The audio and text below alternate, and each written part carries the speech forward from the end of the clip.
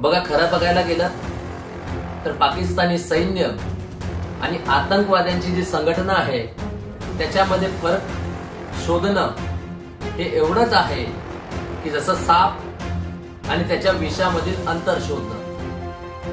सैफुल्ला असेल किंवा मग बालाकोट मध्ये मारला गेलेला जैशचे आतंकवादी असतील, तो झेंडा, ती शहादत, असं वाटतं की पाकिस्तानाची जे सैन्य आहे, जे फौज आहे ती आणि ISI ह्या दोघांचे 4 डिपार्टमेंट हेच आतंकवाद्यांना ट्रेनिंग देतात, मिशन डिसाइड करतात. कारगिल मध्ये सेनेसमोर आतंकवाद्यांना पाठवणं असो किंवा हाफिज सईदला सुरक्षा देणं असो, पाकिस्तानची पॉलिसी आहे ही 2 पद्धतीची फौज ठेवते, सैन्य ठेवते, एक वर्दीवाली आणि दुसरी बिना वर्दीची, आणि या दोघांमध्ये कुठलंही अंतर नाही. आणि यामुळं मला वाटतं की भारतानं जेव्हा पहलगाम मध्ये हल्ला झाला होता तेव्हा पाकिस्तानच्या सैन्य ठिकाणांवरती निशाणा बनवलं. पहिले आतंकवादी ठिकाणांना नेस्तनाबूत केलं, मग पाकिस्तानच्या सैन्याच्या ठिकाणांना नेस्तनाबूत केलं. दोघांमध्ये कुठला खास फरक नाही, दोघं पण एकच आहे. सैफुल्लाचं ताबूत असो किंवा बालाकोट मधील आतंकवाद्यांची ताबूत असो, पाकिस्तान आता त्यांना झेंड्यामध्ये गुंडाळतो, हे सांगतो, त्यांच्या परिवारांना बेनिफिट देतो. मग यामध्ये काय फरक आहे? कुठलाही फरक नाहीये. हा, एकाला तुम्ही पाकिस्तानी फौजी म्हणू शकतात आणि एकाला तुम्ही मुजाहिदीन म्हणू शकतात. हाफिज सईदच्या रॅली निघतात, त्याला सरकारी सुरक्षा भेटते, आणि यांच्याच इथं ओसामा बिन लादेन देखील मारला जातो. सत्य परिस्थिती ही आहे की सेना आणि आतंकवादी एकच मिशन आहे भारताविरोधामध्ये. आता प्रश्न आहे की आतंकवाद्यांच्या ताबूतवरती जो पाकिस्तानचा झेंडा गुंडाळला जातोय तो गर्व आहे की गटरची गंदगी? आमच्यासाठी तर हे बघणं देखील लाजिरवाणं आहे. जो देश आपल्या देशाच्या झेंड्याला आतंकवाद्यांना गुंडाळत असेल,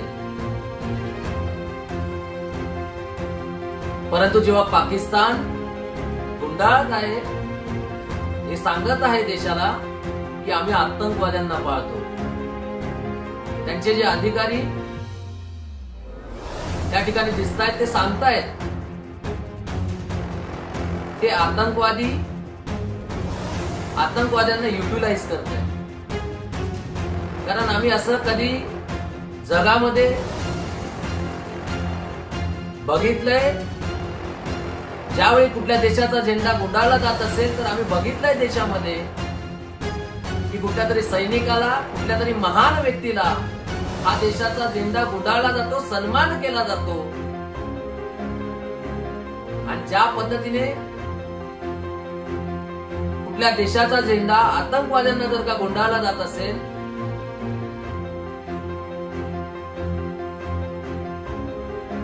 हा झेंडा एक प्रतीक असतो. आणि पाकिस्तान्यांनी याची स्वीकृती दिली आहे. कुठल्या देशाचा झेंडा जर आतंकवाद्यांना गुंडाळला जातोय तर त्याला पाकिस्तान का म्हणायचं, आतंकिस्तान म्हणा. हा झेंडा एक प्रतीक असतो. आणि आतंकवाद्यांना पाकिस्तानची स्वीकृती आहे. सैफुल्ला सारखे हत्यारे त्या झेंड्यामध्ये गुंडाळले जात आहेत, तर पाकिस्तानचे ते नायक आहेत, कारण नायकांना हा गुंडाळला जातो. भारतामध्ये तुम्ही किती लोकांना बघितलंय झेंड्यामध्ये? एक तर कोणी फौजी असेल त्यांना हा सन्मान दिला जातो, किंवा खूप मोठा व्यक्ती असेल ज्याने समाजासाठी खूप काहीतरी केलेलं असतं त्यांना हा सन्मान दिला जातो. एक प्रकारचा सन्मान आहे. पाकिस्तानमध्ये त्यांना लपेटलं जातं, गुंडाळलं जातं. आम्ही भारतामध्ये 4 बॉम्ब फोडले होते, आम्ही भारतामध्ये घुसपेट केली होती, आम्ही भारतामध्ये 5 मुजाहिदीन पाठवले होते. आता भारताने आम्हाला मारलं तर आता यांना गुंडाळा झेंड्यामध्ये. भारताने ज्यावेळेला ठोकलं तर यांना झेंड्यामध्ये गुंडाळतात. आणि सैफुल्लाच्या जनाजामध्ये देखील प्रश्न उपस्थित झाला की लष्कर आणि ISI चे लोक होते. हा प्रश्न खूप महत्वाचा आहे, कारण ISI शिवाय तर काही होतच नाही.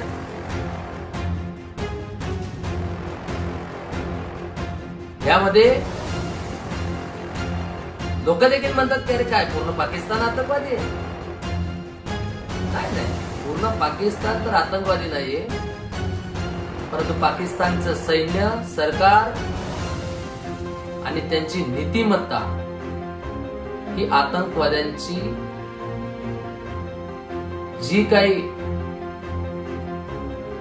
जरूरत असते ती पूर्ण करत असते. आम्ही पाकिस्तानच्या जनतेला नाही दोष देणार, पण एक प्रश्न नक्की विचारू. ज्यावेळेस पाकिस्तानमध्ये रॅलीज काढल्या जातात, नारे लावले जातात, तेव्हा तिथले लोक शांत असतात, ते देखील तेवढेच मोठे अपराधी आहेत. म्हणजे त्यांच्या लोकांना देखील प्रश्न विचारला पाहिजे की तुमच्या देशामध्ये ओसामा बिन लादेन भेटला आणि तो तिथंच राहत होता, एकदम मजेशीररित्या राहत होता, आणि ओसामा बिन लादेनची जी वेब सिरीज बनली आता त्यामध्ये दाखवलं गेलंय की ओसामाच नाही, त्याच्या व्यतिरिक्त पण त्याचे जेवढे चांगू मंगू लिंबू होते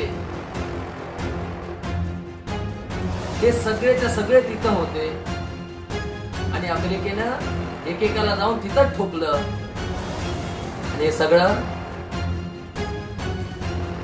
आधी अफगाणिस्तान मध्ये होते.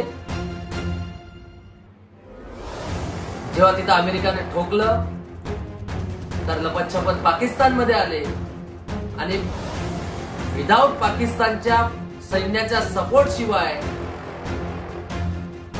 सरहदी पार होऊ शकत नाही, पॉसिबल नव्हतं. आणि ह्या गोष्टींचे सबूत दिले गेले आणि यावरती कुठली रोख नाही. आणि क्लिअर, पाकिस्तानची सुनियोजित ही आतंकवाद्यांसोबतची कूटनीती आहे. कितीतरी वेळा पाकिस्तानी नागरिक आतंकवाद्यांना घेऊन म्हणतात की अरे यार तुम्ही ब्लेम नका करतो. का नाही ब्लेम करायचं?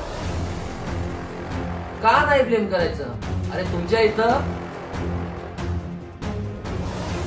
आतंकवाद्यांना झेंड्यामध्ये गुंडाळलं जातं. आणि हे पहिल्यांदा नाही. मसूद अझहरला तुम्ही 14 करोड दिले.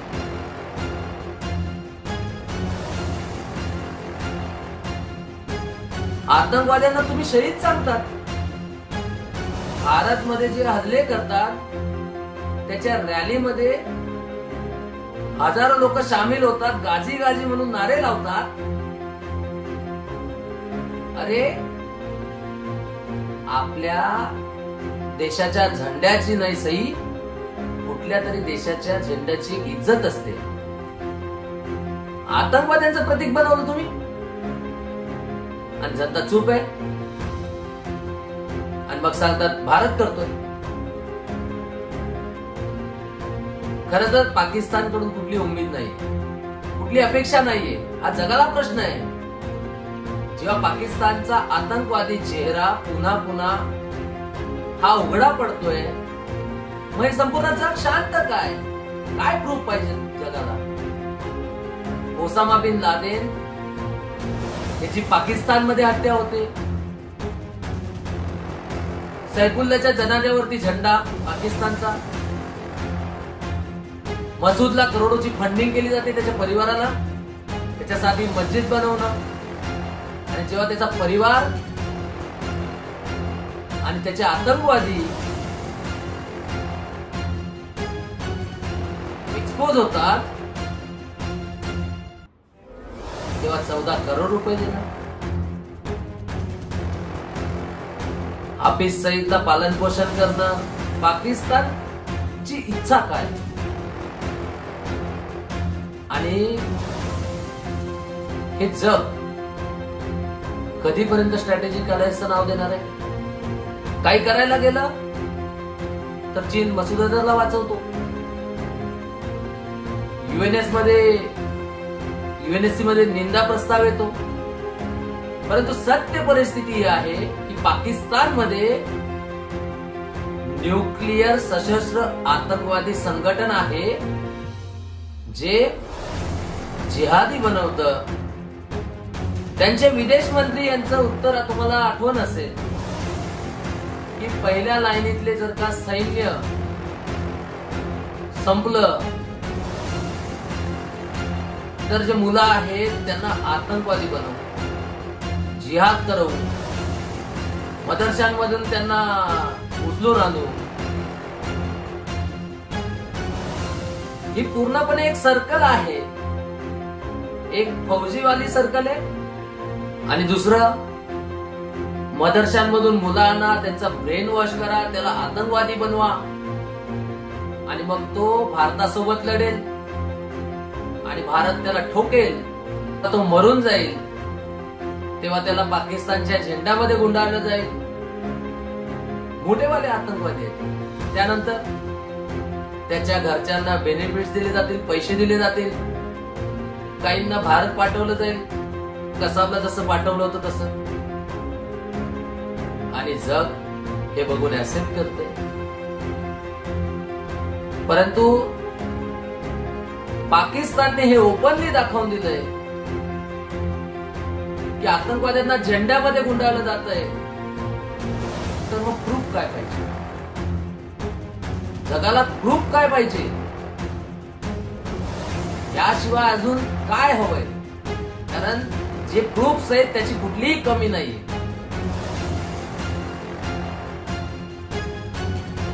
भारत याला ओपन करतोय, पाकिस्तान ऍक्सेप्ट करतोय.